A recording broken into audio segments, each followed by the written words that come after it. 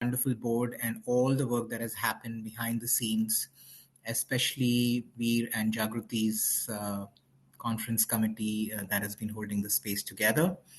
I want to start by reading out a poem by one of my favorite poets. I'm sure many of us share the same sense of reverence and joy listening to Rumi. And this is what came to me just a couple of minutes back before the start, so it must have relevance today. Out beyond ideas of wrongdoing and right doing, there is a field. I'll meet you there. When the soul lies down in that grass, the world is too full to talk about. Ideas, language, even the phrase each other doesn't make any sense. That's Rumi. And in that same spirit, with an open heart, with a curious mind, and with the spirit that is resilient and has survived the last 2.5 years, all of us in the ACTO board, the conference committee, welcome everyone here. I do genuinely believe there is no us and them, there's no you and me. We are in this together, and this is the time for renewal, energizing, and reconnection. So for everybody who's here, very grateful, and let's just enjoy our time together. Back to you, Jim. Okay. Thank you, Vikram. And at this time, I'd like to invite Gorka to come back into the room and queue up Sharon and Merlinder. So you'll be coming up next once Gorka is complete. Okay.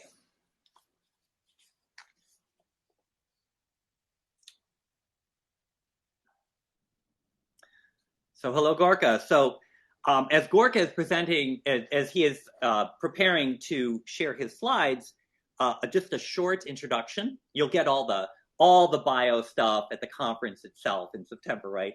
Short intros today. Gorka Bartolome, am I saying your name right? Yes. Is an executive and team coach, mentor coach, coach trainer, speaker, and researcher. Music is his oxygen. And Gorka is going to be the first of our speakers today who is going to share a piece of his September session. So over to you. Thank you so much, Jim. And thank you so much for this great opportunity. I feel so grateful and honored to be here. And as Jim said, I'm going to show you just a sneak peek of what September's presentation will be. So just allow me to share my screen for 1 second. So hope everybody is seeing the presentation. So actually, I want to talk to you about my last research, what was the topic for my PhD dissertation. And I guess that many of you may feel somehow a little bit like this right now, with everything that happened, with everything that is happening right now. And I'm sorry to bring you bad news, but just let's wait for what is to come. That is going to be also somehow shaky. So we feel somehow kind of in a situation that we are looking around and we don't know what's going on. We don't know how to begin. We have to rebuild things. And also many of us may find ourselves in this situation. So it's like trying to find out what to do, finding resources, trying to find information, and it's kind of messy, difficult, and we are just going through a difficult time. So more bad news, ladies and gentlemen, things are going to get even more difficult. I'm sure you are already acquainted with these two terms, VUCA and FANI.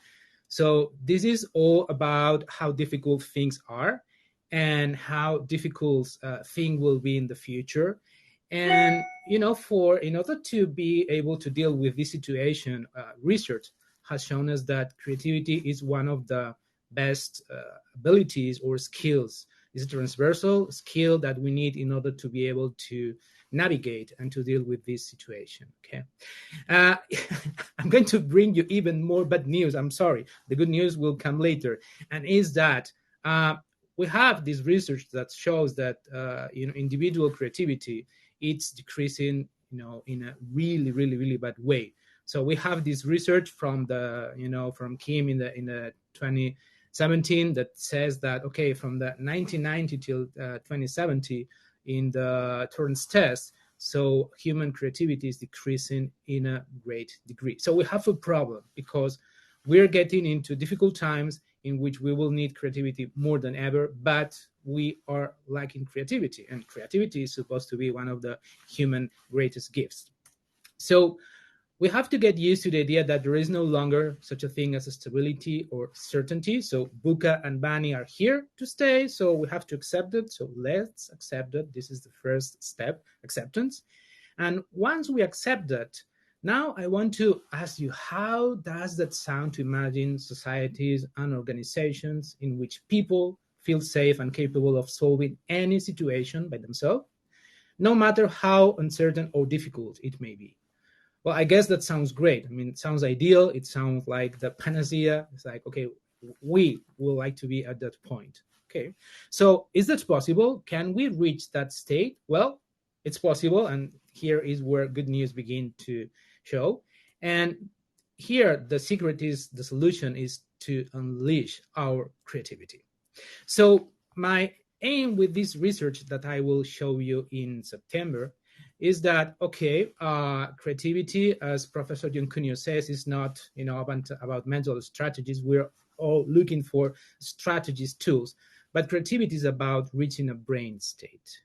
And now my idea here, and this is what I want to show you with empirical data, is that coaching is a process that is capable of enhancing the creativity mechanisms of human being. So with coaching, if we apply it in the right way, if we use the competencies in the right way, we can reach that mental state that will help to close this gap in between this uncertain world we are living, so difficult, so unpredictable, and this decreasing of human being creativity. So just looking forward to show you the results. We have finally, this is the first research in the world, that shows empirical evidence of how coaching impacts brain coaching mechanisms. So looking forward to seeing you there in September. Yeah, I think this is a great opportunity to really understand what's going on in our brain while we are coaching others. So thank you so much for this opportunity. Okay, Gorka, thank you. And this is a great time to remind people. Well, first of all, Sharon Brown, you're on deck, so you want to raise your hand so we can bring you into the speaker room. Thank you, Gorka. And this is a great opportunity to remind everyone that we do have a live chat stream open. For those who weren't here early, if you go over to the upper right of your screen as you're facing it, and you'll see the three lines that indicate a menu. If you click on that, one of the options in the submenu then is live chat. We welcome your comments or observations to the speakers or engaging with them or others. So some of you have already found it. Thank you. That's also where Jagruti will be dropping some occasional notes to you about how to do various things, like how to create a picture-in-picture or how to maximize someone's face on the screen. Okay, so Sharon, as you're coming back into the room.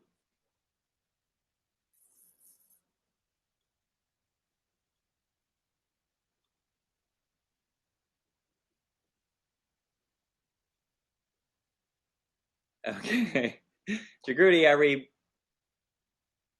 we might want to start bringing Merlin. I'm right here. I'm just trying to manage my mouse, keyboard, and everything else. Okay, whom do we want on? Sharon and then Merlinder. As soon as Sharon is done, we'll want to bring you back in as well. Okay? Right, but I don't see a raise hand request from Sharon yet. Sharon. Uh-oh. It all Maybe if worked before. Merlin is ready. Okay, Sharon's right here. She's coming Okay. in. Yay. And Merlin is here as well. As Sharon's arriving, I just also want to say, Gorka, thanks for starting us off with positive news and colorful slides. I definitely am looking forward to hearing about how we can use creativity to change the world and fix everything that's going on in September. Okay, so Sharon Brown is a coach and coach trainer who coaches through a social justice lens and imagines culturally diverse people co-creating the future of coaching. She will preview her session, Unspoken Words, Coaching for Transformative Justice and Healing. So Sharon, over to you. Thank you so much, Jim and Jagrati, and happy to be here with everybody today.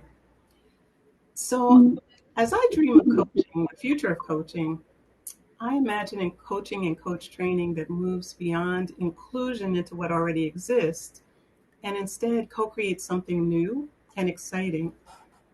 Sharon, your voice is a little subdued. Could you speak a little louder or come closer to the mic? Okay, I'll do that. Is this better? Yes, much better. Thank you. Okay, all right. So as I dream of the future of coaching, I imagine coaching and coach training that moves beyond inclusion into what already exists and creates something new that weaves diverse perspectives and cultural wisdom into the very fabric of coaching and coach training. And also coaching that continues to move deep into community settings. That's the work I've been passionate about. So in September, you'll be invited to explore how dominant cultural perspectives can have blind spots despite our best efforts to create diversity, equity, inclusion, and belonging, and how a transformative justice approach to coaching and coach training can acknowledge the unintentional harms and invite diverse wisdom into a process of co-creation, healing, wholeness, equity, and accessibility.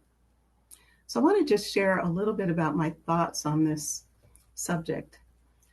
As a coach of color who's coached and trained people with diverse identities for over 10 years, I became increasingly curious about trauma and how trauma related to current historical and generational oppression contributes to ongoing harm for many of the culturally diverse people we coach and train. And as I designed trauma-informed coaching curricula, I found the definitions of trauma often exclude racism and oppression, even though fight, flight, freeze, and fear responses in the body are very much a part of experiences of racism and oppression. That omission was kind of confusing for me, especially since discovering that the majority of the world's people live in countries that were colonized years ago by 5 European countries: Portugal, Spain, the Dutch Republic, France, and England. So Eurocentric values, norms, ideologies, languages, and standards suppressed or replaced the cultural norms of the people indigenous to the colonized lands. Imperialism, colonization, and enslavement left an ongoing and current day legacy of inequitable access to resources, ongoing oppression, racism, assimilation into colonizer cultural norms, internalized oppression, and intergenerational and historical trauma. I believe these impacts live today, often unspoken, in the bodies and minds of many of our clients and students. And resilience lives there too, of course. So capitalism, patriarchy, and Eurocentric standards have defined much of the way the world now operates. And in my opinion, coaching and coach training are no exceptions. I think coaching, as valuable as it is, and I agree it's extremely valuable, was created through a predominantly Eurocentric Western lens, and as such has inherent blind spots. So I believe we need coaching partnerships that support awareness and healing of oppression-related trauma, something many people experience every day. So I'm excited about transformative justice. It's a process of acknowledging harm and then transforming what was into something new that supports healing and wholeness for all. I think this presents a really exciting opportunity for us as coaches. We can co-design the future of coaching and coach training with a trauma-informed lens, appreciating what exists and works well, and blending it with the knowledge, traditions, and perspectives of people around the world, people who've experienced harm and also developed resilience. We can include the voices of people who were not part of creating the beginnings of coaching, but whose contributions are vital to the humanity and growth of our profession.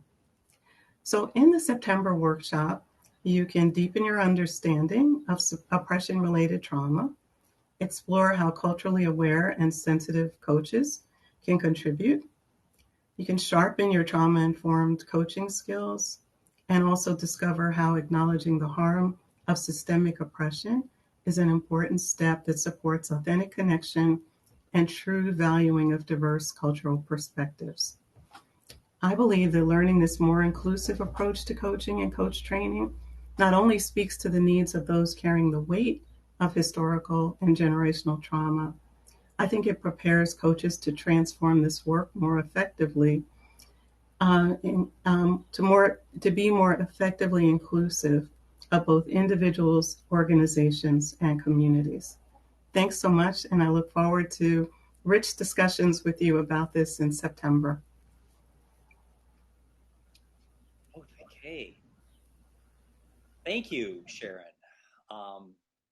I have been doing my own work in this area as a newbie for the last 10 years, right? Because I have not grown up through that lens. I very much look forward to your session. It's helping people like me advance in our delivery of coaching in a kinder, gentler way. So thank you. All right. So Nancy says, very powerful. Thank you. So Sharon, we'll be seeing you again in September. And now I'm going to move to our next snippet, our next preview. Merlinder is an executive coach, coach educator, diversity, equity, and inclusion consultant, mediator, mindfulness teacher, probably a bunch of other titles too, and enjoys cooking and good food. And she will share a brief summary of her September topic. Over to you, Merlinder. Thanks, Jim. I'm so grateful to be here today. Hope you can hear me okay as well. You could speak up a little bit more. A little bit. I will try that.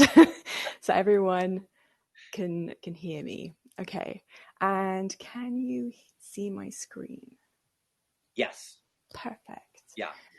So welcome everyone. We're doing a little snippet for what I'll be doing in September, which is inclusive coach training to create authentic coaches. So a little bit about me. I think you've already heard some pieces. I'm an ICF PCC coach. I do group and team coaching. I'm a coach educator. I do some different pieces in diversity and inclusion, including consulting and coaching. I'm a mediator, so that's conflict resolution. I do e-learning and program design and yoga and mindfulness teacher. I had a previous career in HR as well. And I'm mixed race, multicultural, multinational, female. And some images here of things that I'm interested in. I love learning, hiking. I used to live in Switzerland, yoga, traveling, been doing less of that, and cooking, mindfulness as well. And just a bit of an overview. We're not going to go too much in detail, but what we'll be doing in September is looking at values. So they come from positive psychology, a lot of that. I'm sure a lot of you use them as well. And I think they're quite, a lot of people can identify that values quite quickly. And if you keep it open, so they can choose what words they use, what language even they use, it can be very inclusive. We'll also look at competencies. So that's ICF competencies. Don't worry if you're not an ICF coach, it's more the wording. I'll be playing with that a little bit. And the reason I'm using those is because I'm an ICF coach. And we'll just look at it through that lens. And then we'll look at inclusivity and authenticity, how those interact. We'll also have a look at biases. So we all have them. It's normal to have biases, and becoming more aware of them is how we work with them and create this more inclusive space. And because I believe in finding the solutions is through discussion and dialogue, we'll also have an exercise to work on our own self-awareness and a discussion as well. And so my intentions behind this are to build self-awareness for ourselves as coach educators and as coaches, and to encourage inclusivity and to empower that, because I know there's some really great coach educators who have some great things that they do, and just to enhance those pieces as well as building that self-awareness. And we'll also bring in dialogue and perspectives. So I'm looking forward to welcoming you to the conference. Thank you so much for the time today. And thank you, Melinda. The people who are planning to attend the conference, you know what I'm right. So our theme, of course, is evolving from the essence, weaving global voices. And in our call for presentations, there was a heavy focus on weaving in a broader array of voices and built around the themes of diversity, equity, inclusion, and belonging, as you've heard from our last two speakers. So thank you, Melinda, for previewing the work that we're going to be doing around this very important topic in September. So thanks. Okay, at this time, we are going to shift our focus from conference previews. We'll come back to some of those a little bit later. We're going to shift over to a little bit of our annual meeting. So at this time, I'm going to ask a couple of board members, Sharifa, Veer, to come into the room. They're coming now. And I'm going to turn this next piece over to Sharifa. Let me introduce her as, well, she was almost in the room. So hopefully we're working on that. Reminder to breathe, Jim. Reminder to breathe. Here she comes. So Sharifa Saber is the president of Saber Associates and chair of the ACTO board development committee. So part of her responsibility is taking responsibility for sourcing candidates for the board, bringing them on, onboarding them, helping us stay organized as a board, honoring our own code of ethics, and so on. Sharifa is a Gestalt professional certified coach and a certified diversity professional who provides coaching and consulting services steeped in supportive diversity, equity, inclusion, and belonging.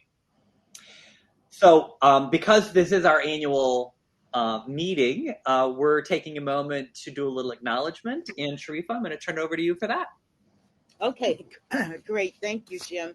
I'm going to ask the new board members and the current board members to raise their hand now so that they can be prepared to just say hello and a word about themselves. And meanwhile, I'll just say thanks to all of you for participating in our elections. And we're happy to bring on 5 new board members.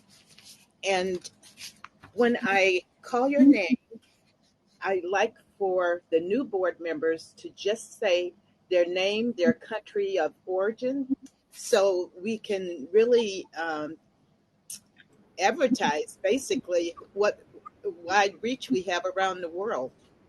So first, Sharifa, I'm sorry to interrupt you, but nobody will be able to be heard unless they're on stage with us.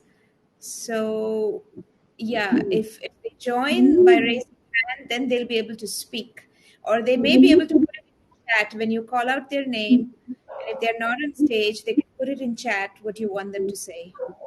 Sure. Okay, that's great. So one of our new board members you've already heard from, Sharon Brown. So Sharon, could you again, for the purposes of introducing the board, say a Hi, word? everyone. I'm from the U.S. and happy to be joining the board. It's a great team. Thank you. Thank you, Sharon. Thank you. Eileen Lasker, I don't know.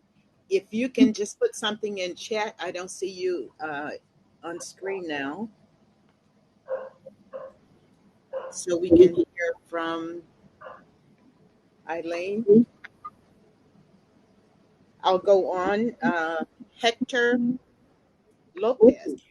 No, so yeah. So Hector's also in the room. Eileen is entering into chat. So Eileen, just tell us what country you're from.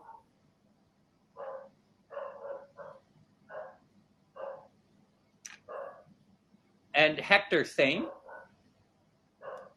Yeah, so Eileen says she is from Nairobi, Kenya, in Africa. So a little later in the afternoon for her. Okay. Yeah. And the other two new board members, I believe, are not present at this meeting. One is Zach Prosser, who is from Ohio in the United States. And the other is Joanne Lewis, who is from Georgia in the United States. Yeah. So round of applause for our new board members. Yeah, I would also go ahead. I think Hector is in the spectator deck right now. Yes, he is. Mm-hmm. Yeah. So I was hoping he would put something in chat because he won't be able to speak unless he's in this room, correct? Yeah, yeah. Well, welcome to Eileen. And Hector, if you can enter into chat, otherwise we'll let you move on. Okay. And so just to acknowledge our current board members, you've met Vikram earlier. He came on first. He is our current president. Virginia Velez, who is on screen now. Would you care to say something? Well, hello, I'm in Madrid, Spain, and I'm the next president of ACTO. I'm very happy and nothing else. Okay, and Johan van Bevel is in the spectator space. So, Johan, please enter something into chat about yourself, and please include your country.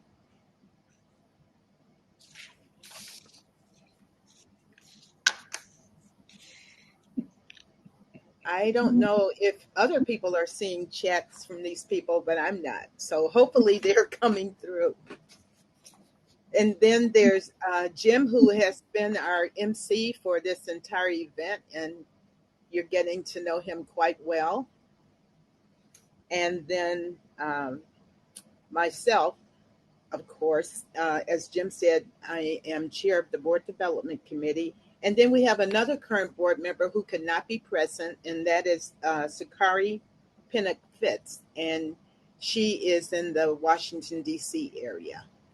So, and last but not least, I would like to say thank you to the board members who will be leaving us. We have our past president, Jody Sleeper Triplett. She could not be here today, and we thank her so much for her leadership through the initiation of the pandemic and transition to online conferencing and all that. Very, very hard worker, definitely dedicated. She's given so much to ACTO. And then also leaving us, Lee Coffey, who's in Texas, and Fabiola Salas Plaza in Chile, and then Frenda Graves in Dubai. So those are our departing board members, and much thanks to them and all of the hard work that they put into ACTO. So thank you, Jim. Okay. And thank you, Sharifa. ACTO, except for one paid staff person, Laura Larone, who is kind of the administrative heartbeat of this whole organization, everything else that happens is through volunteerism. That insane thing that we all do where we do stuff for free instead of our paid work. Yeah. I do a lot of talks on happiness and resilience, and one of the principal practices for developing resilience is acts of kindness, doing things for other people I have never been in a room full of people where I ask how many of you have ever volunteered, where 97% of the hands don't go up. You know, this is hard stuff that we do. And for most of us, we do it because, at least on occasion, we get a little joy and development out of it. So thank you to you, Sharifa, for your work. I know you've done a shit ton of work, excuse my language, in the past couple of years helping the board, you know, kind of reorganize themselves. So thank you for your work as well. Thank you. Sharifa, before you leave, there's a request in chat which you may not have seen. Oh, They'd like to know where you are from. oh, I'm from Ohio. Yes. Actually, not too many miles from Jim. Yes, Yeah. it was something we discovered after we were both on the board, and I'm like, wait, aren't you like Sharifa's work site? We came to the board through very different paths, but Sharifa's work site is about what, 4 or 5 miles from my house. Yeah. It was small world, one of those small world stories, right? Okay, and I'm looking forward to seeing all of you back in September. Okay, great, thanks. So as Sharifa moves out of the room, I want to queue up our next batch of speaker previews. So Nancy Forrester, Rashmi Dutt, Maddie Brown, if you could all be ready to pop back into the room. Nancy, we're going to start with you. And here she comes.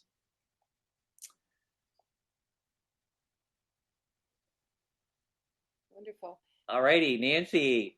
So as Nancy begins, I want to introduce her. Nancy Forrester is the founder of the National EFT Training Institute, an expert in transformational energy-based coach training, and, I love this part, a passionate devotee of chocolate croissants.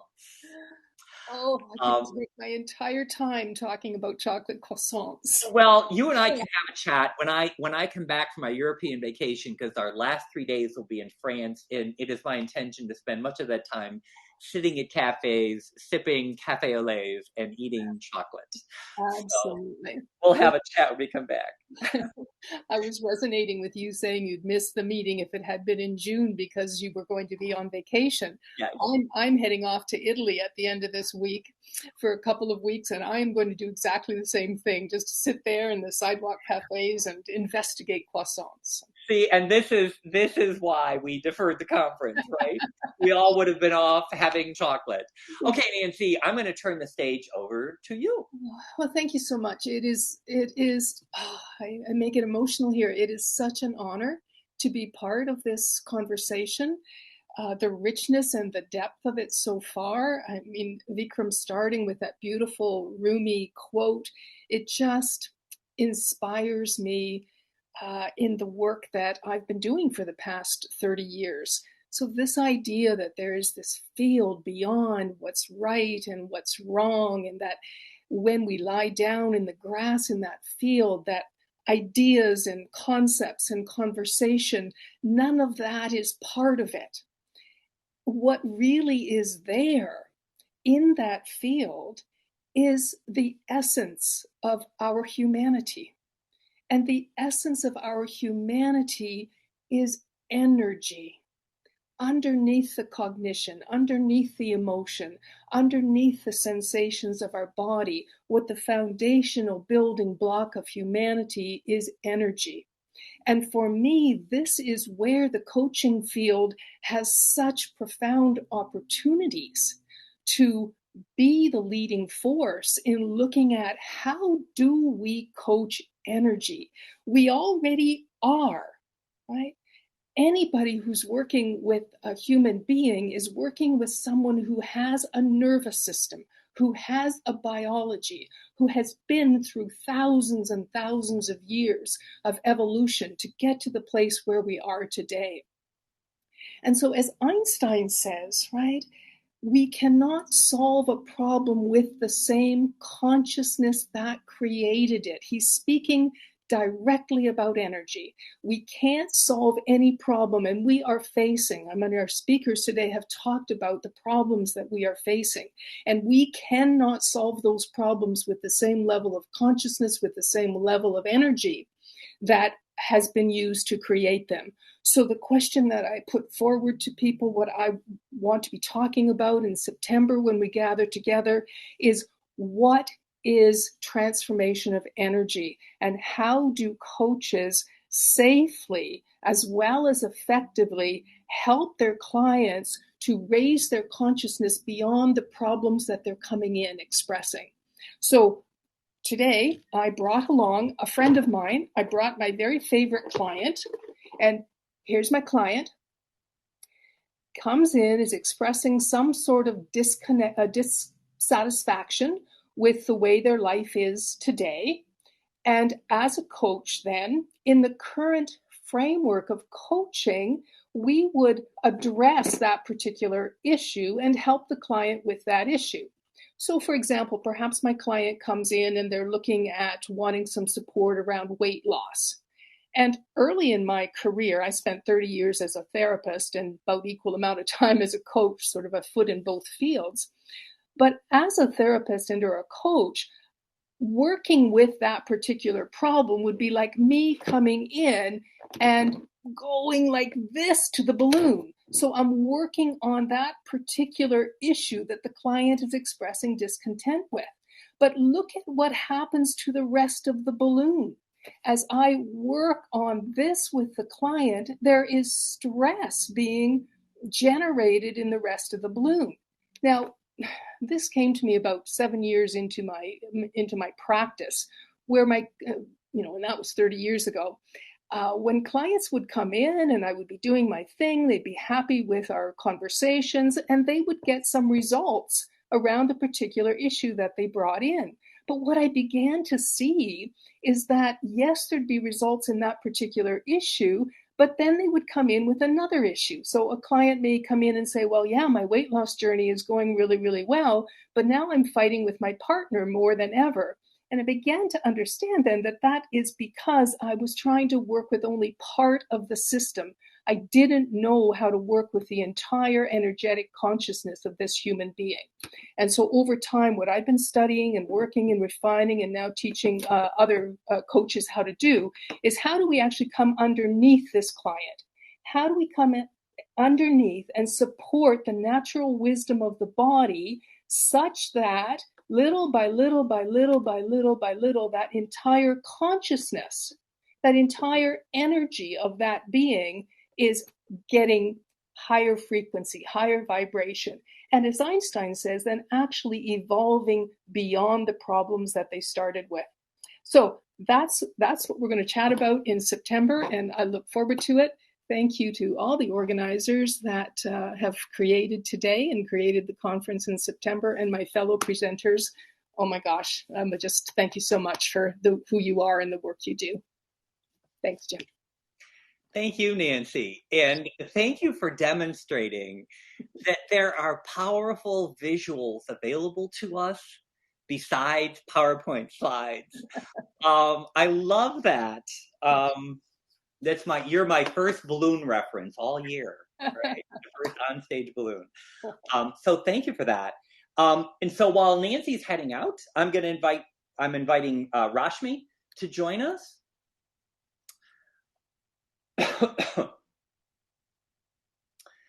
And here she comes into the room. And again, Maddie, hopefully we've worked out your technology stuff, so when you come in later, we'll be able to be smooth here.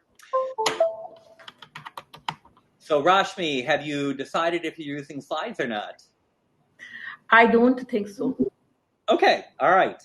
So let me take a moment to offer your short bio, and I'll turn the stage over to your voice. Rashmi Dutt is an organizational development facilitator and coach who helps organizations and teams develop and sustain a work culture that is resilient, responsive, and vibrant. So Rashmi, thanks for sharing a sample from your future session. Thank you for having me here. I'm so happy to join this wonderful, diverse, and very rich group. I haven't quite got my camera right because I have a better camera, which I'm not sure how to connect to, but we'll just go with this. You're showing up well on screen. All right. So it is surreptitious that I am just after, and I think Nancy's presentation, which is about getting in touch with the human essence, and that is also what my topic is. And what I would like to do is to take you through a 30-minute exercise, if you will all stay with me. And I wish there was a way of taking a yes from you, because ideally I would like your permission before starting this, but I'm going to go nevertheless. So I'd like you to just to support you. So I invite people who are giving permission to offer a yes into the live chat stream, so that Rashmi can feel that she's not moving forward here without the endorsement of the audience. And I'll add my yes verbally to the voices that are coming into chat. Okay, so I can't see the chat, but yeah. But yeah, this is a short piece, so we'll go ahead and thank you, Jim, for your support. You've got lots of yeses, so please okay. go on. Yeah. Okay. So I'm going to invite you to close your eyes for 30 seconds and put your hands on your knees and feel the warmth of your hands on your knees, and tap your foot on the floor, and that I'm here right now, and check your inner temperature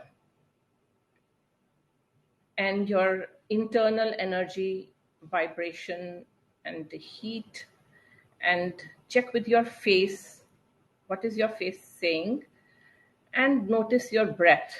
Is it deep or shallow? And for a few seconds, as you close your eyes and feel the weight of your body on your tailbone and the weight of the air on your shoulders, and as you focus on your breath, just noticing your breath, and as you just become attentive to your breath, notice the thought that comes up, and the next thought which comes up. And now, with a 1 second pause, see if you can predict the next thought. And again, before the next thought arrives, see if you can predict that thought.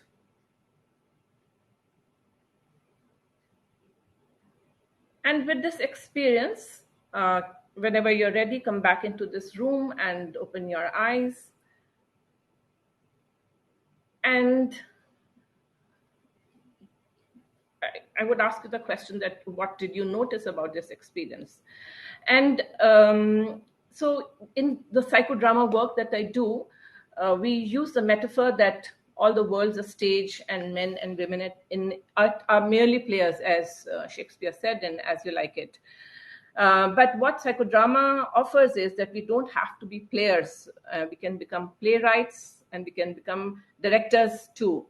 And we use the classic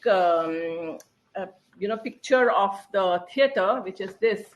There is, if you see in the screen, there are two pictures of the happy smile, which is about comedy, and then there is a sad face, which is about tragedy. So, there is the toggling between, yes, I got it, the excitement of it, and this is not working, this is terrible.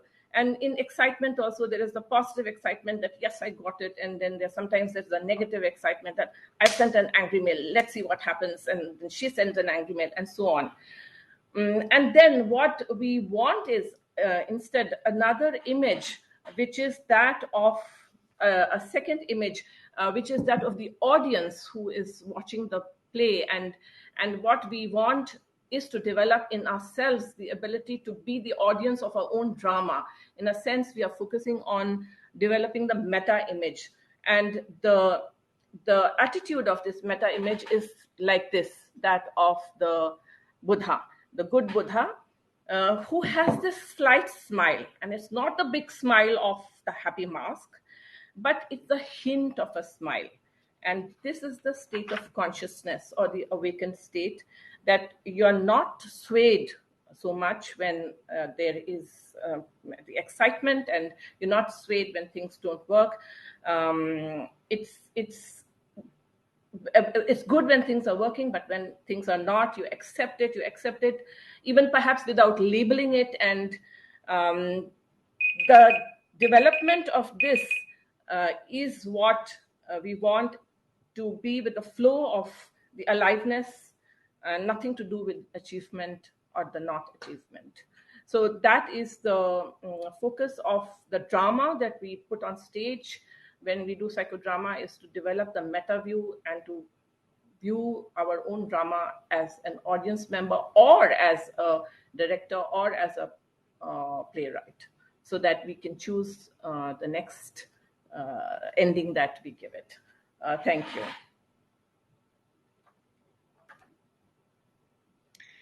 And thank you, Rashmi. I really needed that little exercise today. Thank you so much. I thought it was a great follow-up. Oh, and while I'm debriefing this with you, Maddie, I invite you to enter the speaker room. Rashmi, you were such a great follow-up to Nancy's focus on energy. You know, another reminder that a lot of what we are and what we do is very much tied up with energy and how we carry it. So thank you very much. So next up is going to be Maddie Brown, who is entering the room.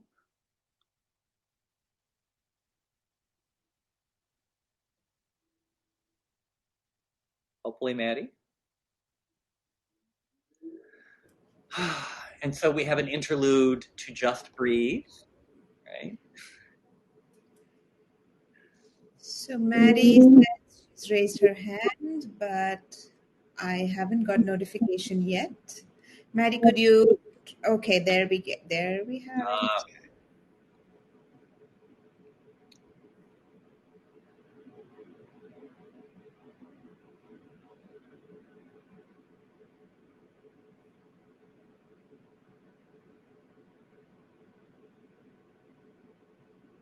She seems to get bumped off. Okay, we'll give it another shot. And again, everyone, thanks for bearing with us.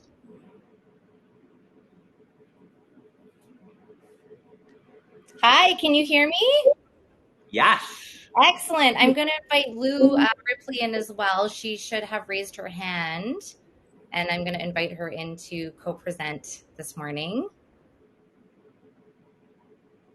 All right, and here she comes. There she is.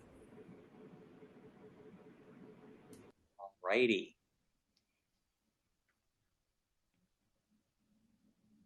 Okay, so as soon as Lou's here, I'll introduce you both, and there she started. Yay! Okay, so ladies and gentlemen, and those who have yet to decide, as they say, here are our final two presenters in our second segment of previews. Madeline Brown, or Maddie Brown, is a mental fitness and empowerment coach, avid journal writer, singer, cat mom, and full-time flight attendant. And I'm guessing there's a story there we'll hear in September. Lou Ripley is the director of community learning and engagement at the Crisis Center of BC, British Columbia, I assume, who is committed to building suicide-safer communities. These two will preview their session, Ordinary People, Extraordinary Compassion, How Suicide Alertness Enhances Coach Training. Over to you two. Thank you so much for this wonderful opportunity. Good morning, good afternoon, good evening to everybody around the globe who's joining us. We're so honored to be here to share space with you. Just a little bit more about me. As Jim mentioned, I'm a mental fitness and empowerment coach. I am a graduate from CTI. I'm also a certified positive intelligence coach. I spent 6 years, about 10 years ago, volunteering and doing some leadership work at my local crisis center. And really through that work, just saw this deep need for this connection between crisis center work and coaching competencies. So why I'm here today is to really connect those two passions. And to speak more a little bit about that, it's going to be Lou. I'm going to let her introduce a little bit more about herself. Thanks, Maddie. Yeah, great to be here. And, my work at the Crisis Center is part of an international response that is through Living Works, which is an international company that I also work with. And we're really about sharing and building suicide safer communities across the world, really. So it's really wonderful to be here and showing how there is suicide prevention is linked to all of us as humans. And it can be a wonderful, empowering, enriching piece of work to be involved in. So thank you to have me here. Yeah. And just to really double down on that, why we're here today is really to share a snippet of why coaches being suicide alert is really a critical tool to have in our arsenal. So I'm going to ask Pradeep if he or she, I'm not sure, could possibly share the first slide, and I'm going to let Lou talk about that first slide.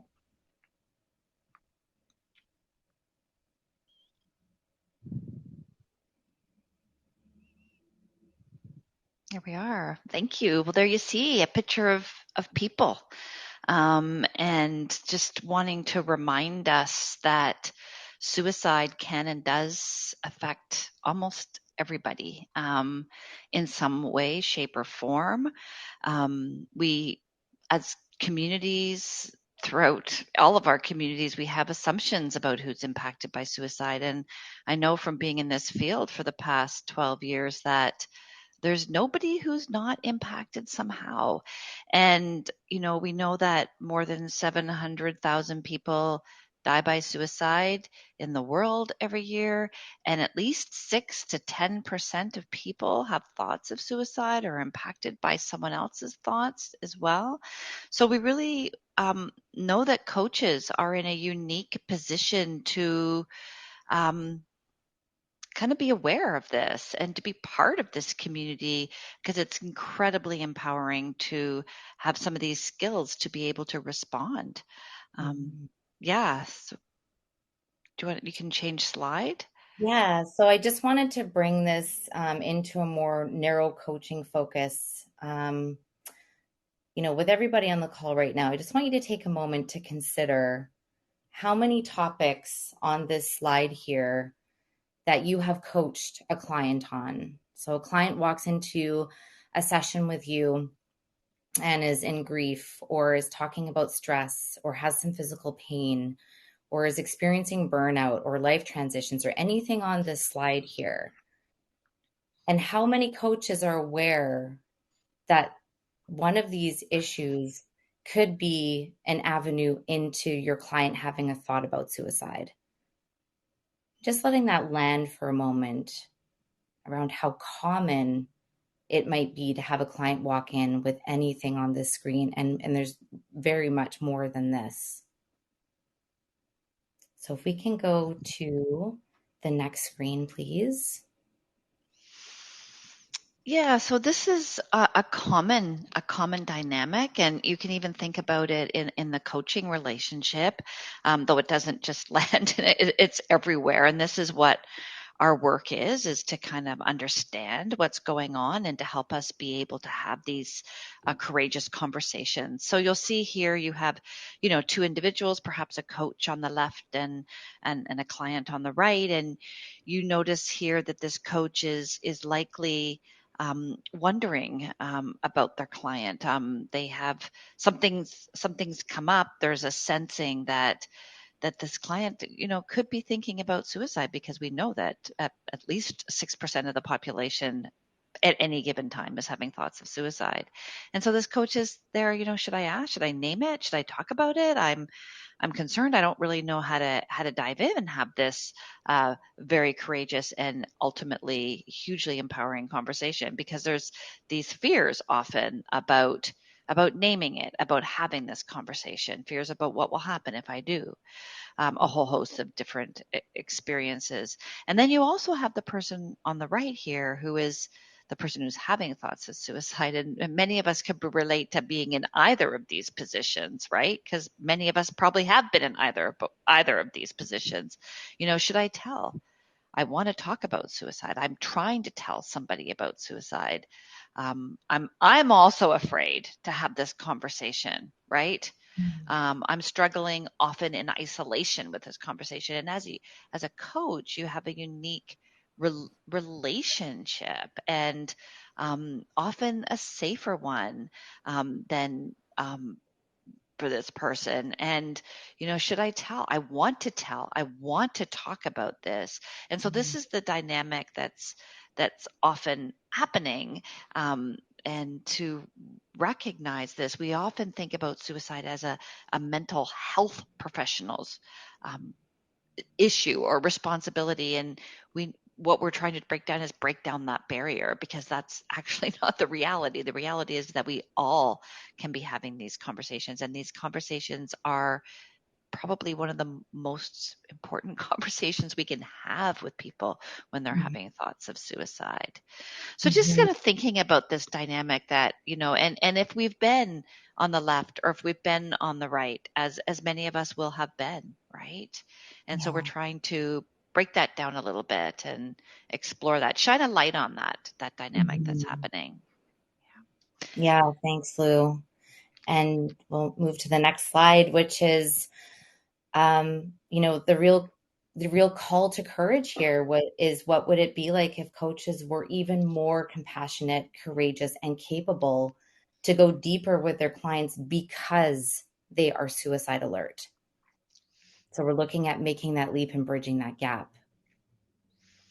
And if we can move to the next slide, we just want to really thank you for joining us today and invite you into our 90-minute presentation that we will be doing in September around how suicide alertness will enhance coach training. Thank you so much for having us. Yes, thank you. And thank you for opening up some additional thinking in advance.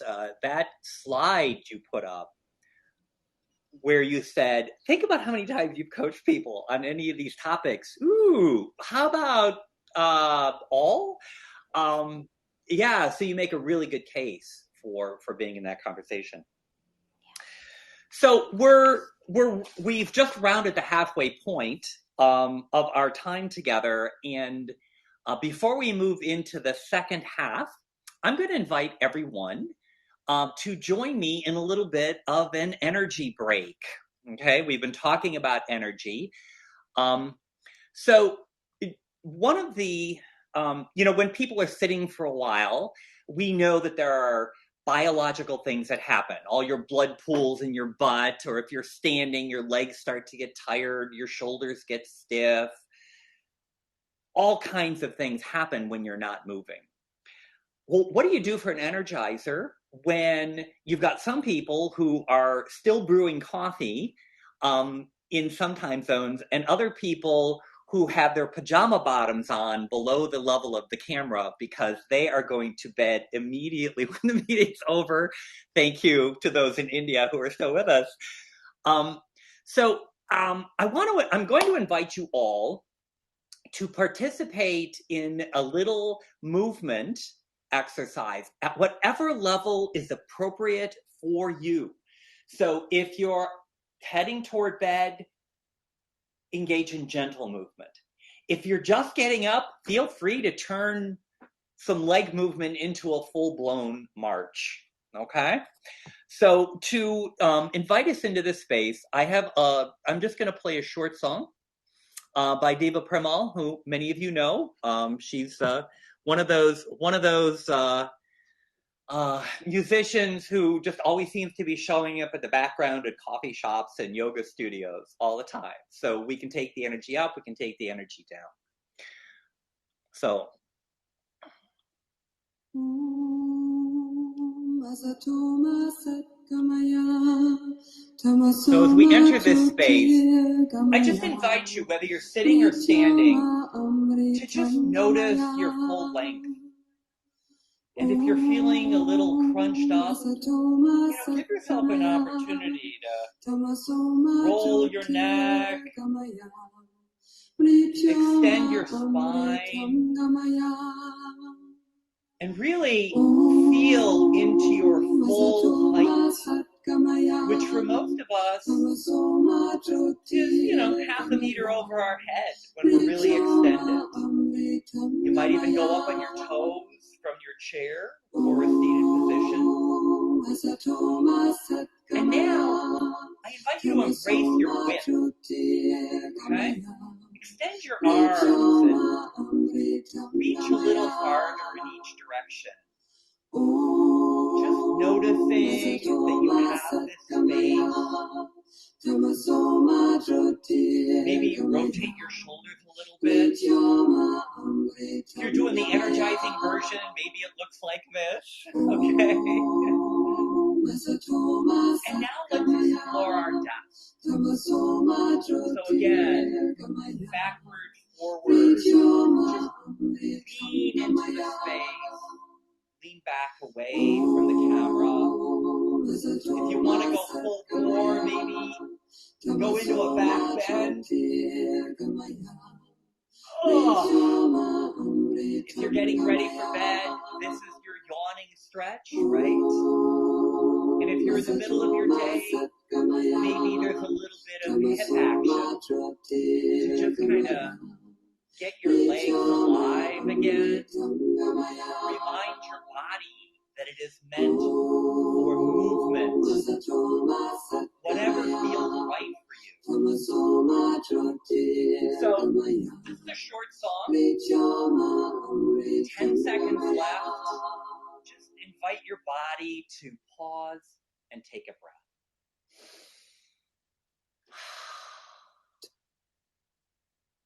So thank you, everyone, for bringing your full self back into the conversation.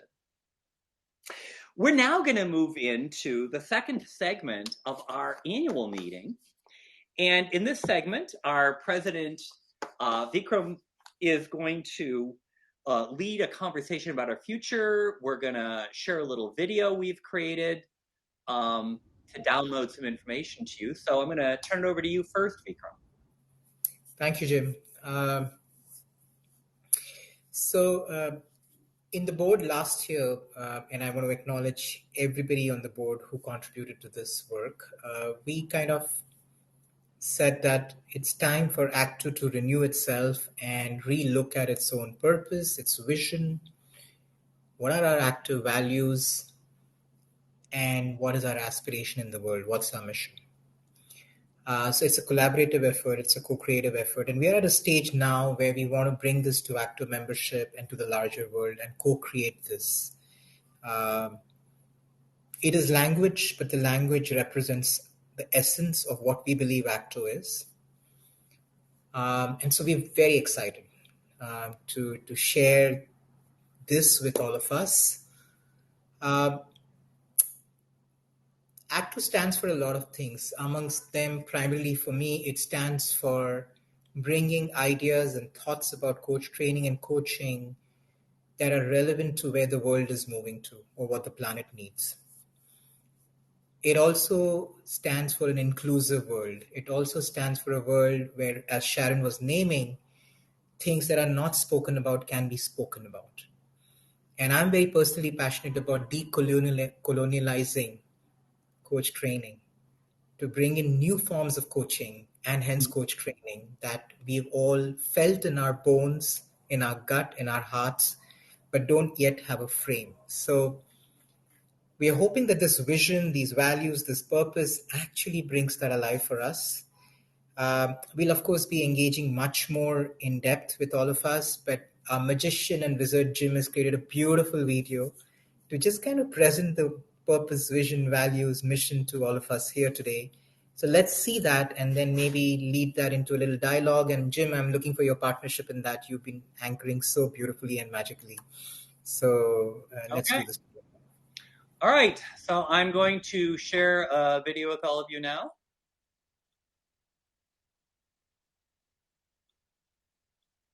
And here we go.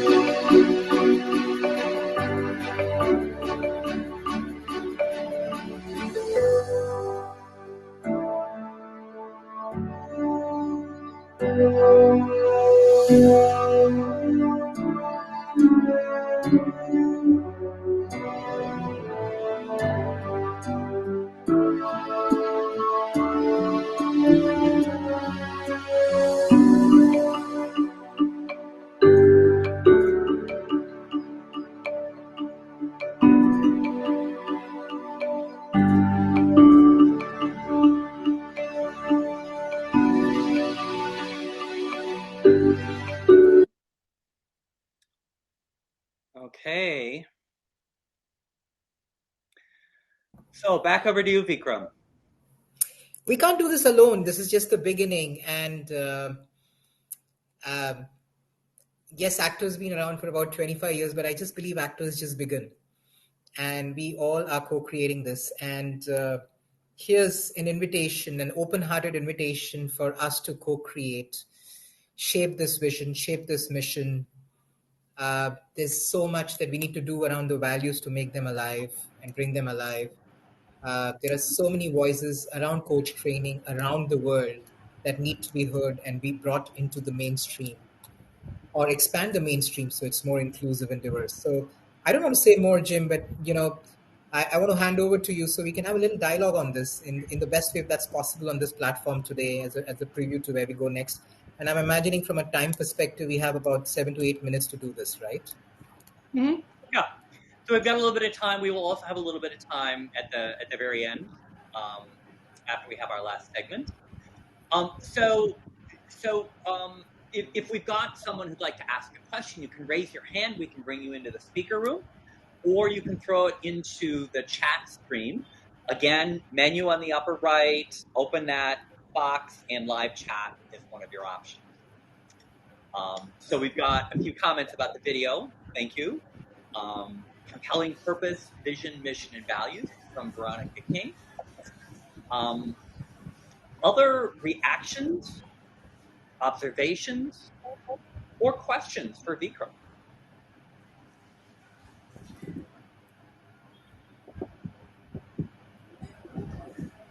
I know we got you used to being spectators, and then we say, no, we actually want to hear from you too, right? So.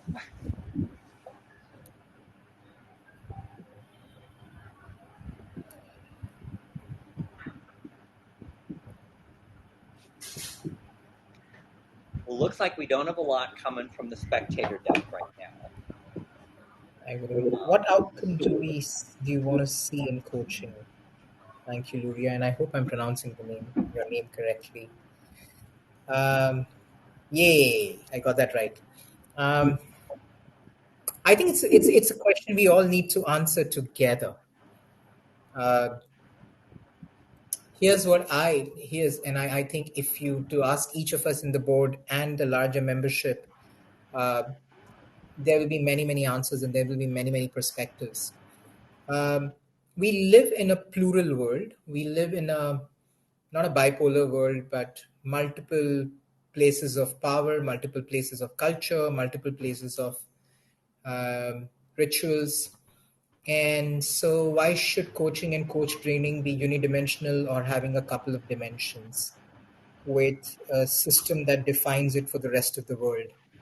Why can't we have a pluralistic, inclusive, playful, evolving system that's learning from each other dynamically versus ascribing to a certain standard? So that's what's missing as I think about coach training.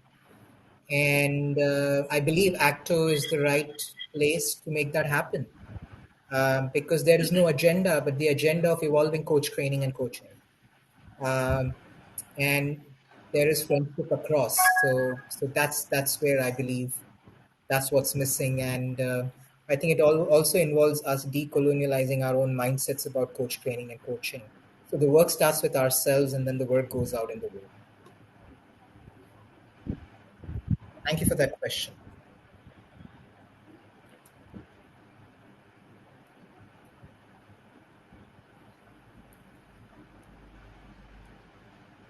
Jim, you're muted.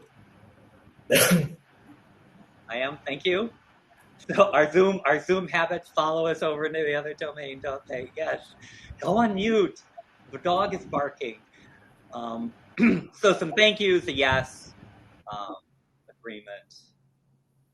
Yeah. I think just to round this off, I think we will be reaching out from the board across membership and outside of ACTO as well to build this together. Probably this will shape into something different as we all co-create this. We've been quiet as ACTO over the last few months, and there have been some challenges for the board, especially on the personal health front for a lot of us. And we've stuck through with resilience and with our commitment. And one of the main pieces of work that we've done, amongst others, is the vision, mission, purpose, values that we want to bring alive. So inviting co-creation, inviting collaboration, inviting your voice as we move ahead, and more is to follow in the conference. So please look out for that space. Thank you so much for the space today. Thank you, Vikram.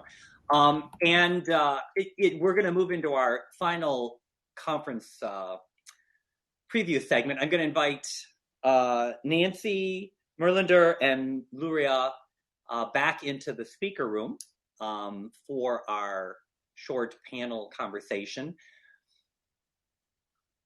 following on this idea of the future of coaching, we thought we'd pull a few of the upcoming speakers into that same conversation. None of us are experts. As Vikram pointed out through his answer, hey, I don't have the answer. I think this is something we have to focus on. That said, that means we have to start having the conversation, the ongoing conversation about, well, what is coming? What does the future look like? To that end, in our final segment here, we've got 3 of our speakers. 2 you've seen before, 1 you have not. You'll see her in September more, who are going to talk to the future of coaching. So as each of them, I've asked to prepare like a 1-minute thought about the future of coaching. We've got a couple of questions to raise to our panelists. And of course, we will take questions from the audience as well via live chat. So Merlinder, I invite you to put your camera on so that the 4 of us are all visible. So thank you. Once again, Merlinder, and I'm realizing how do I say your last name? Ojela, but you're pronouncing the first name perfectly. Ojela. Okay. I realized I skipped it before. I only had your first name on my script. Merlinder Ojela is an executive coach and coach educator who presented earlier. Nancy Forrester of the National EFT Training Institute also presented earlier. And our third panelist is Luria Lindauer. Luria is a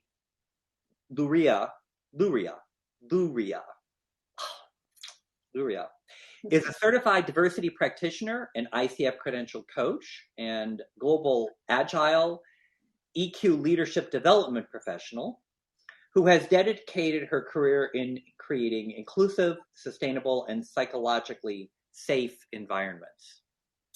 So these 3 voices represent, in this moment, the future of coach training.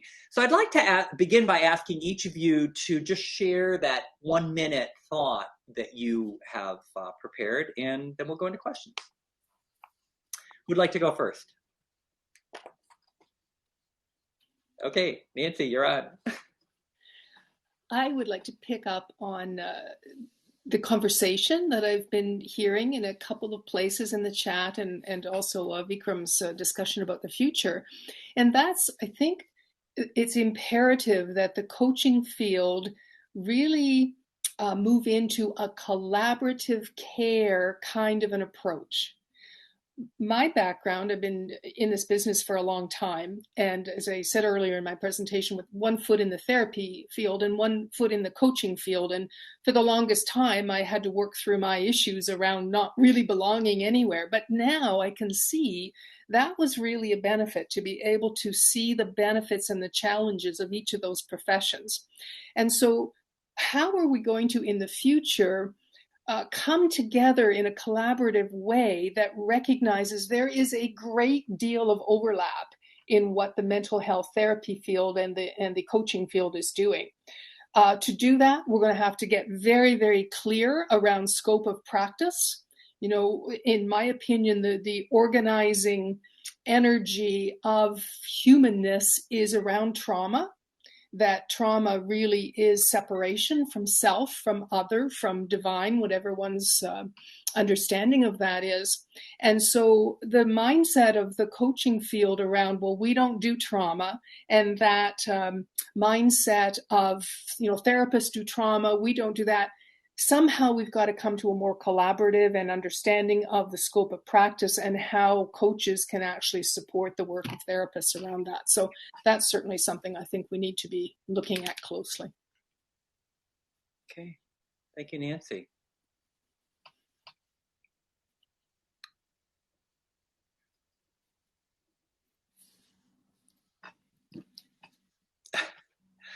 One of the other of you has to take your microphone off mute.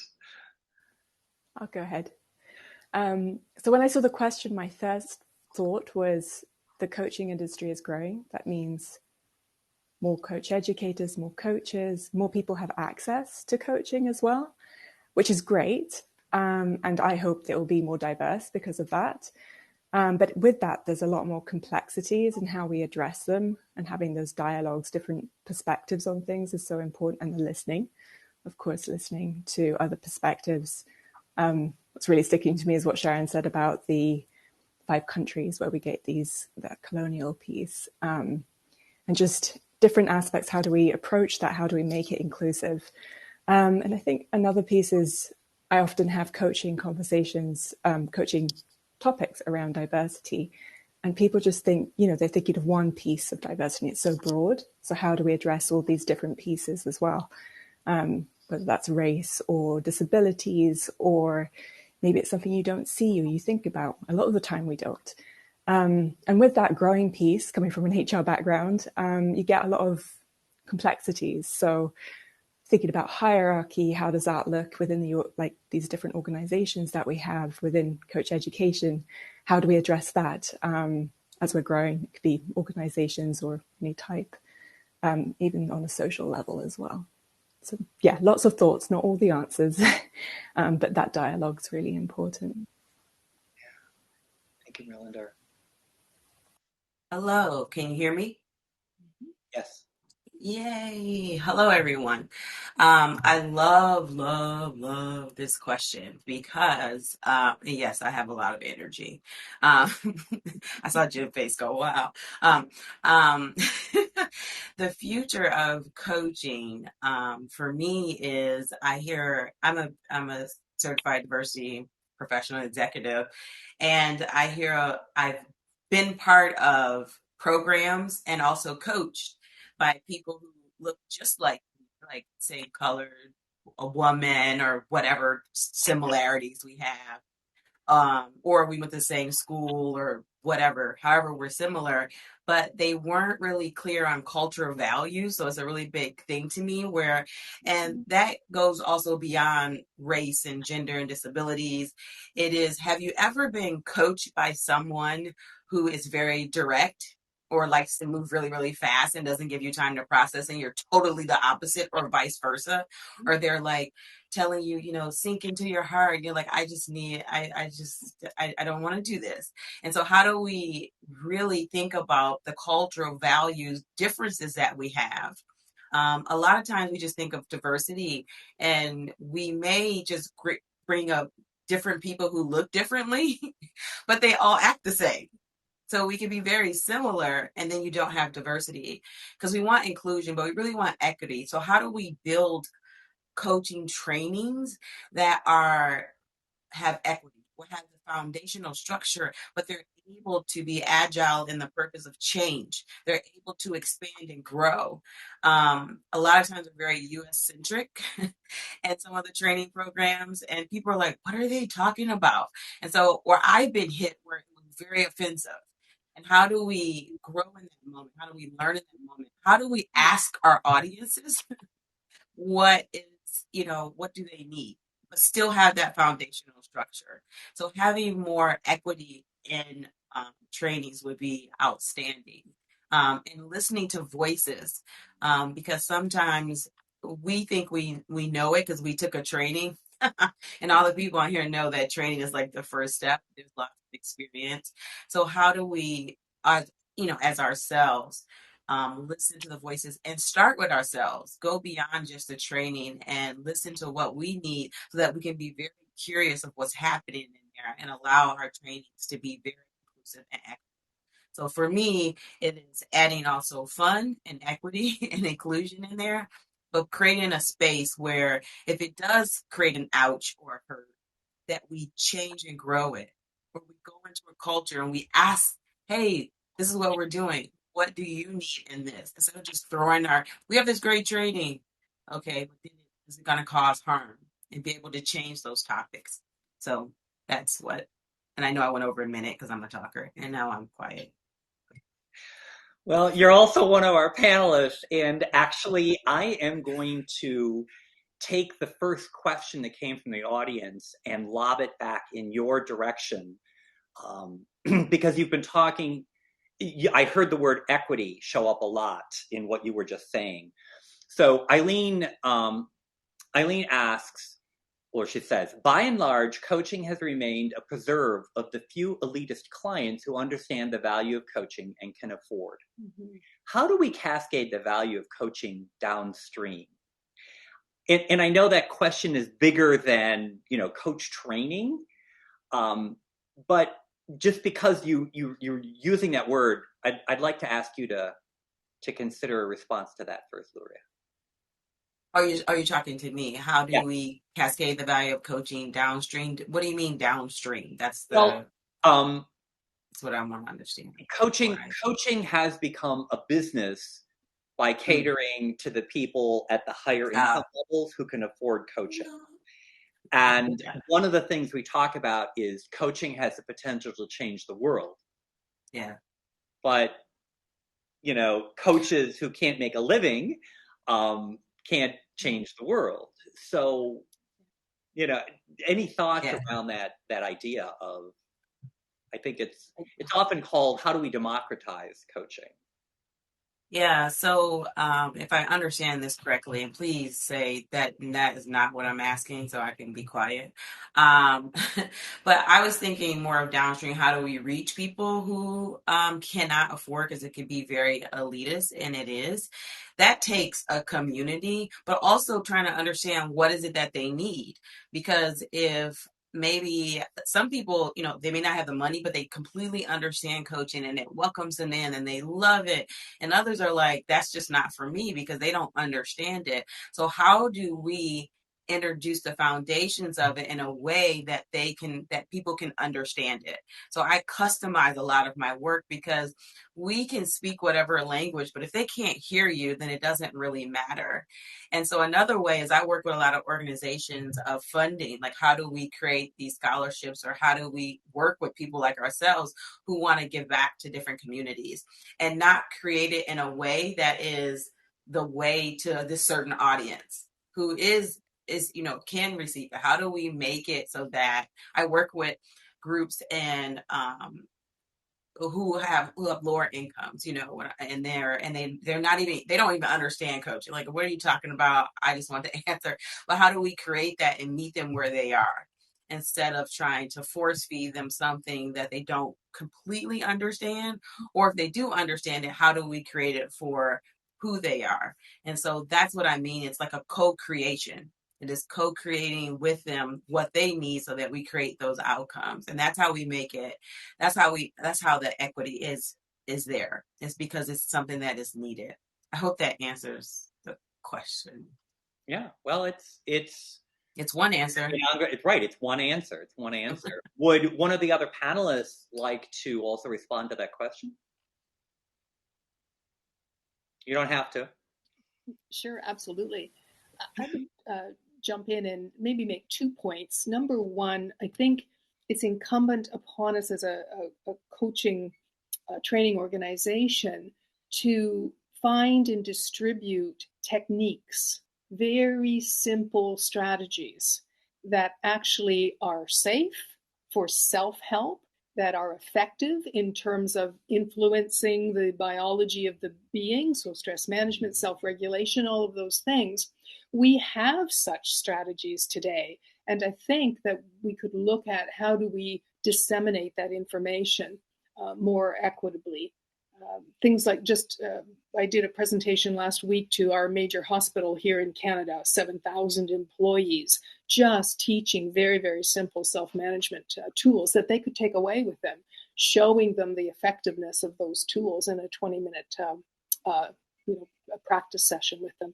So that's my first point. My second point is, I think as coaches, we need to really own our own value, to really understand the worth of what we're doing, and to be able to generate an amount of money which actually does allow us to thrive in the world. And when we can do that work in order to generate that kind of an income, then all kinds of possibilities become open to us to be able to do more charitable work, to take a segment of our time and offer it to people who wouldn't have accessibility to our everyday practice. So those are just 2 thoughts that come to my mind with that question. Thank you, Nancy. I just wanted to add one thing. I'm sorry, Elaine, I love what you're saying. I'm all about systemic collaborative efforts and creating systems of how we do it. So I'm all about that.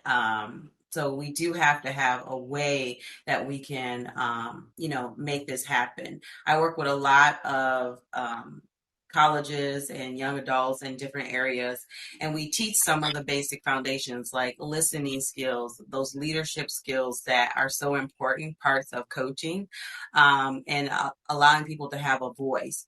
And so it is, how do we do that? It takes a lot of effort to make coaching available, but there's ways to do it that is sustainable, that they can understand. It's like bringing that teaching into, I teach in colleges, and in schools, and I just don't always call it coaching because they don't understand it. And sometimes it's like, what is that? They don't get it, but there's still those core skills that you can bring. And it takes money and effort from others, like working with organizations to give back and creating it so that it sticks. So sustainability is so important to me, that it sticks, and then reaching back. So we don't check the box. No more check the box. I don't like that. Like, check the box. We did a training. Now it's done. Check the box. No more of that. How do we measure and make sure that it is actually is helping others, no matter, where they are and who they are. Yeah. Yeah. So, one of the themes we've heard throughout this event has been the idea of decolonializing coaching. And one of the elements of the colonial mindset is that we know what's best for you. We're going to take care of you. We're going to make the decisions. And this whole idea of designing with broader populations certainly plays into that, rather than designing for and saying, well, coach training is going to reorganize and come out with a new way of delivering coaching. Well, what if we work with the communities to whom we want to democratize coaching? So yeah, I want to ask one other question of this panel, taking things in a slightly different direction. A common response to the COVID pandemic was to regroup and convert all in-person training to virtual. And now we're back in a dance of some virtual, some hybrid. I think there are some organizations that are starting to reach out and tentatively schedule in-person events. Again, totally different direction for just a moment. So what are a couple quick thoughts you have about what do you expect or hope will happen around the modality and the location and the delivery of coach training as we move forward? Merlinda, you want to take a stab at that one? Yeah, I can do that. So what's popping into my head is sort of this sort of theme of meeting people where they are, having options. For some people, it might be a great, exciting, I'm having so many coaching conversations about this, exciting thing to meet in person. Other people are a bit more nervous about it. So maybe there's a way of combining them, depending on what it is, so that, we get the benefits of different pieces and people are comfortable. It can be a different cost for different people too, depending on if it's training or something else, and just making it more inclusive. You don't know what people are going through as well, unless you ask. And if it's a big group of people, how do you work out what's best for the group as a whole? Would you give them options? Yeah. So more of the working with, right? Mm-hmm. Nancy or Luria, you want to? Yeah, I can speak to that. It's been a huge issue in my life as the founder and executive director of a global institute. We had to turn on a dime back in March 2020. We had an in-person scheduled, and then in days we had to turn that virtual. But I've been really surprised, actually, at my reaction. I was the person who was like, no, this is all about relationship. It's about connection. We need to come in person in order to, really experience each other's energies. And no, online isn't going to be very productive at all. And it's been quite the opposite. I've really had to stop and reflect. There's real advantages to this virtual, online, live kind of an experience. So as we go forward here at the National Institute, I think, like Merlinda's saying, we're really looking at some sort of a combo platter. How do we best satisfy the different needs? So, how do we finance small trainings, which may be in person across the globe, but at the same time recognize that for a lot of people, the expenses of travel and hotels, etc., just preclude that. And so, how do we accommodate and include all of those different needs? Yeah. To be figured out, I guess, as we go forward. Well, the glorious thing about talking about the future of anything is that we can't be wrong because it hasn't happened yet, right? Just, I'm an ontologically trained coach, so a lot of my groundedness is around recognizing that we speak things into being. So the degree to which we are having conversations about democratizing, about creating more equity in coaching, about co-creating with larger populations, I hope that that's a sign that as a profession that we are moving in the direction of doing those things that we're speaking into being. Yeah. I have one thing that I think in the future is that sometimes we want to of course we want to work with and design, but also as designers, if it's online, let's start there. If it's online, we have to make it an experience, make it so that it could be a similar impact that it's almost created in their body. So I'm very much of embodiment so that it's sustainable. Instead of, just a thing online, but how do we do that? But I think also sometimes some trainings, they need to be in person. And sometimes, even though it may want to be online, is that the impact needs that face to face, because the difference, it just doesn't happen. So even though we may be going this way, it's also the future has to also say we do need sometimes in person, because I am an extrovert, and and also knowing who you are as a person. So I can do a few online, of course, but also the reach. So if I'm reaching, how do I redesign my program? And this is also about equity and inclusion, to make it inclusive online. How do I still create that safety and that environment for learning?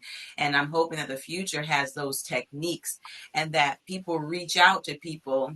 Like, I'm a professional facilitator who know how to facilitate and also design, because sometimes we have the skills, but we don't have to do everything. So I'm hoping the future is that I'm great at this, so let me do my 80% great, and not let me try to look up and how to design this, but working together. So that's that same working together with others, so that we utilize our talents appropriately. Because sometimes, we cost so much an hour, and we're doing a lot of admin stuff, and we're frustrated. It takes us hours, and we can just hire someone who does it in like 2 minutes.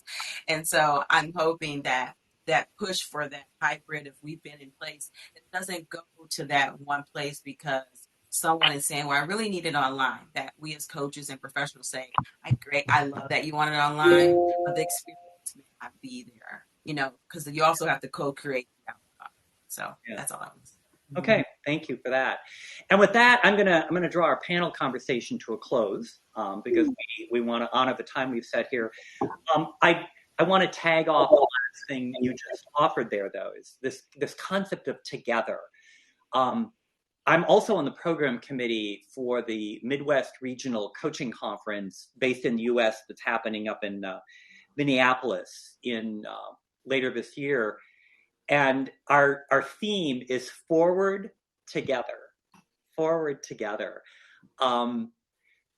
This concept that you put out there and that we've talked about throughout our time together here today about doing things with rather than to. I don't know, that's something that I'm taking away, is a reminder that as we move forward, that we want to be doing it more, living into the idea of coaching as partnering, not just in the delivery of coaching, also in the design and the delivery of coach training. So I want to say thank you to all three of you for inspiring that in me. Thank you for your participation here. And we're now going to move our whole program into closure, bringing things to a close. So thank you to the panelists. You can hop back out now. Jagrati, if you could come on back in. And so I have a couple of we have a couple of logistical things we want to hit, and then I think we're going to make an offer about lounges. Is that right? Yeah, I was maybe needing some help to see, but we would like to set up a lounge or two. And Pradeep, if you could do that in the background while we're closing, we can experiment with that. Yeah, and then we'll explain what we're talking about, because most of you are probably going, what? So, first of all, thank you to everyone for participating. And if it's really late where you are, thank you for staying with us. Some folks in Europe already dropped off because it's dinner time for them. Want to remind you about the conference. This was a preview for the conference. So does somebody on the team have the link available to drop into the chat? I unfortunately closed my document earlier. Okay. So a reminder that in exactly 90 days from today, 90 days, we will be launching our annual ACTO conference, September 14th, 15th, and 16th, in this same location with more bells and whistles. I want to say thank you to everyone who showed up to help us experiment and play in this space. See what works, see what doesn't. We've already got some ideas for things we want to do differently in the fall. And thank you for being our guinea pigs for that. Oh, Luria had the link. Thank you. So in the live chat link event right now, if you have not yet registered for the conference in September, there is the registration. And for those of you who registered for this event, it's the exact same link, except the word, well, actually, no, it's not, because it's ACTO conference instead of ACTO conference preview. And we also have the links live at the actoonline.org website. Okay. The preliminary agenda, I believe, is posted on the website, along with information on our keynote speakers and some of the other subtopics. So that's to address Maddie Brown's comment. Okay. And so that officially draws our content to an end. Jagrati and I have been chatting about just a little thing. For those of you who have felt kind of like not seen in our conversation today, we do have the space for about another half hour. And what we were asking Pradeep to do is to set up a couple of lounges. So let me tell you what this is, because once you go, we're done. Okay. So at the top of your screen right now, you see 4 icons: reception, which is the front door; people, which is the people, right, who registered; rooms at the right end, which you're in right now, which is blinking because we're in it live; and then lounges. So in a lounge, you can go in, enter a room, and have face-to-face conversation with a small group of people, whoever shows up in the room. So we're going to just offer that as an opportunity. If you want to stick around for another 5 or so minutes, just to say hi live, face-to-face to some people, we invite you there. And Pradeep says the lounge is ready. So anything else that we need to tell them before they go? Okay, so Pradeep, I just want to check with you. Is there going to be just one lounge where everybody can go, or do we need, is there a limit to how many people in the lounge?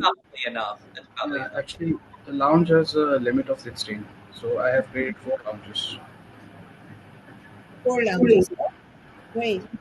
And can we move around lounges?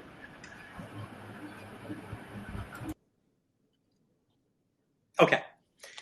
So for those of you who do have a few minutes, just to experiment, even if it is just for a few minutes before the top of the hour or the bottom of the hour, depending on your time zone, We invite you when you leave here to shift out of this room, click on lounge, and maybe enter one of those rooms where someone else is showing up.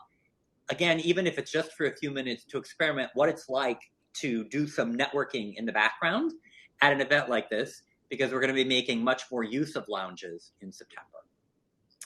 So thanks again to all of you for participating. And with that, we will officially close this large room and invite some of you into some small group chats.